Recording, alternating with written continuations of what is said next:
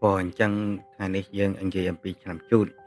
ដែលកើតខែ5ខែ6ខែ7កណ្ដុរមាសធាតុទឹកក្នុងទន្លេជាកណ្ដុរប៉មកែវនិងមានបុណ្យវាសនាឆ្នាំជូតខែ8ខែ9ខែ10កណ្ដុរតូចប្រឹងរកស៊ីចំណីធាតុទឹកដែលមានមនុស្សអាស្រ័យចរចាពាក្យសាបមិនបានជាទីគោរពសរសើរតែចិត្តបុណ្យឆ្នាំជូតខែ11ខែ12និងខែ1កណ្ដុរអត់ចំណីងាប់ធាតុទឹកក្នុងព្រៃរកស៊ីចិញ្ចឹមខ្លួនបានដោយក្រតែទឹកចិត្តក្លាហានហើយកាចងូម៉ៅឆ្នាំជូតខែ2ខែ3និងខែ4ជាកណ្ដុរផើមនៅដោយភ្លឺស្រែធាតុទឹកក្នុងចន្លងដងអូជាកណ្ដុរភ្នែកសំឡក់ធំនិងមានកូនច្រើនចិត្តជាបុណ្យធន់ស៊ូណាស់បើយើងនិយាយអំពីថ្ងៃនៃឆ្នាំជូតផងបើឆ្នាំជូតក៏ថ្ងៃអាទិត្យការព្រះបាទសន្តិលោកគេនាំយកខ្លួនទៅសម្លាប់លំបាកណាស់តែរូបស្អាតរីឯឆ្នាំជូតថ្ងៃច័ន្ទនឹងមានសេចក្តីសុខច្រើនល្អណាស់រីឯឆ្នាំជូតថ្ងៃអង្គារការព្រះបាទចក្រពត្តិឲ្យនាំស្ដេចសត្វតលុងទៅសម្លាប់ចោល